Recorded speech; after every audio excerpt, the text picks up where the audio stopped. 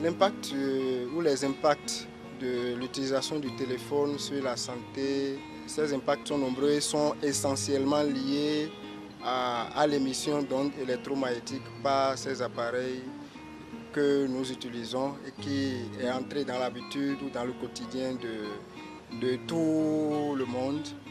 Ces impacts vont du simple trouble même du sommeil, parce que du fait qu'on utilise le téléphone pendant un certain nombre de temps, cela peut engendrer des effets sur la santé comme des troubles du sommeil.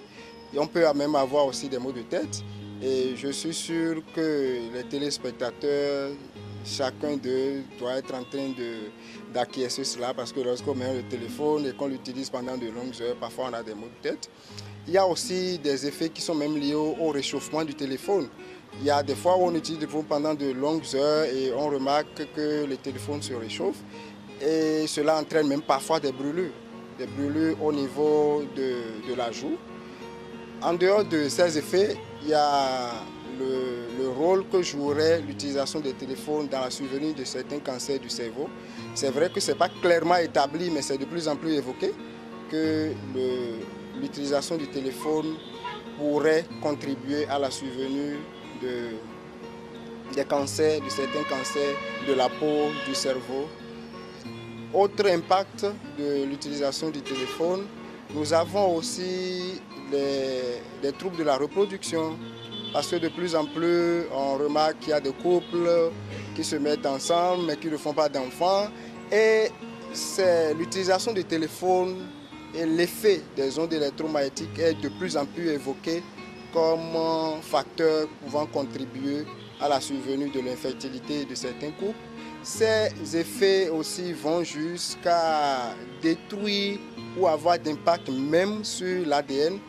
Donc il y a peut-être une bonne fécondation, mais du fait que déjà le parent ou la maman a peut-être utilisé le téléphone pendant un certain nombre de temps et que cela induit des modifications au niveau de l'ADN de ce parent. Il transmet ces modifications à l'enfant et c'est peut-être au niveau de l'enfant qu'on va remarquer des tares. Donc cet art, comme cause, il est évoqué aussi de plus en plus l'utilisation du téléphone qui pourrait aussi contribuer à ces malformations au niveau des enfants. Il est évoqué aussi même d'autres impacts qui ne sont pas directement les malformations, mais d'autres impacts sur le fœtus. Un enfant ou un bébé qui est dans le ventre de sa maman et dont la mère est exposée continuellement à ces ondes électromagnétiques, ce bébé peut s'en sortir avec un retard de croissance ou avec d'autres maladies qui ne sont pas nécessairement des malformations. Il y a certaines habitudes que les femmes ont à mettre le téléphone dans leur soutien-gorge. Nous avons évoqué comme effet tout à l'heure la survenue du cancer. Oui, cette habitude est aussi évoquée dans les causes possibles du cancer, parce qu'il faut dire que les cancers, très peu de cancers ont déjà des causes très précises qu'on peut indiquer et qu'on peut éviter même pour ne pas faire ce cancer. Donc ces facteurs sont énumérés souvent, l'utilisation du téléphone. Il y a aussi des hommes qui mettent leur téléphone dans leur poche. Nous avons dit tout à l'heure que ces téléphones, les ondes électromagnétiques peuvent avoir des impacts sur le phénomène de la reproduction.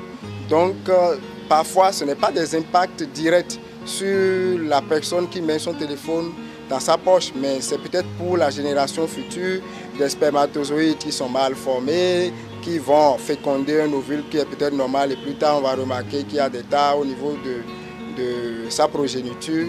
Donc il s'est évoqué aussi des causes comme le cancer des testicules chez les individus. C'est des impacts comme le cancer des testicules, c'est aussi évoqué. Donc il n'est pas conseillé en réalité de mettre son téléphone dans la poche et aussi au niveau des soutiens-gorge. Il y a quelques mesures qui sont évoquées dans les revues scientifiques pour éviter l'effet de ces ondes électromagnétiques émises par le téléphone. Il y a par exemple l'utilisation des oreillettes. Au lieu de mettre le téléphone au niveau des oreilles directement pour recevoir les ondes électromagnétiques, on peut éloigner le téléphone de soi et utiliser simplement des oreillettes. Il y a aussi le fait d'éviter de dormir avec le téléphone dans son lit, il faut l'éviter. Il y a aussi le fait de laisser les enfants manipuler le téléphone. Parce qu'il faut savoir qu'un enfant, c'est un être en pleine croissance. Donc son cerveau est en train de croître. Les informations sont en train d'être mises en place, les fonctions sont en train d'être mises en place au niveau du cerveau de l'enfant. Donc ce cerveau qui se trouve être interféré par des ondes électromagnétiques, cet enfant peut facilement faire des pathologies plus tard, et avec des cancers ou carrément comme des retards de croissance. Donc il faut éviter de laisser les enfants manipuler le téléphone.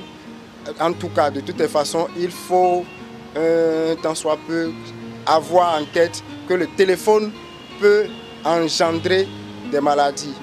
Et c'est vrai, ce n'est pas des maladies qui sont directement liées au téléphone, mais peut contribuer à l'éclosion de certaines maladies. Et donc, par rapport à ça, il faut adopter des gestes qui ont tendance à ne pas être resté collé au téléphone tout le temps. Il est bien compris que les ondes électromagnétiques, quand ils sont proches de l'individu, peuvent engendrer des maladies, sont plus à risque d'engendrer des maladies plus que s'ils sont éloignés. Chacun pourra adopter ces mesures pour éviter d'être longtemps exposé aux ondes électromagnétiques.